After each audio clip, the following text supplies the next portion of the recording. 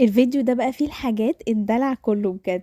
شايفين الكاسات الملونة الطويلة دي تحفة، والجارات الكبيرة دي اللي بتعمل فيها العصاير. أسعارها كمان يعني نوعا ما معقولة، يعني في حاجات ب500 وفي حاجات ب400 وفي حاجات منها بتوصل ل800 لو هي على ستاند.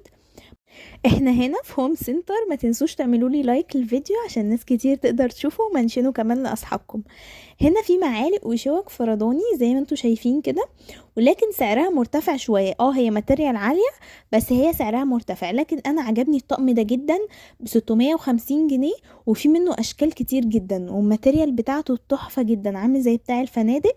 وكمان في منه اشكال، يعني مش شرط تجيبيه كله سيلفر، في منه على جولد وفي منه على في سيلفر وبوردة، وفي حاجات زي مراية زي ما انتوا شايفين. وفي كمان الفرداني، بس انا عجبني الصراحة الطقم ده. كمان هتلاقي عندهم حاجات كتير جدا تشكيلة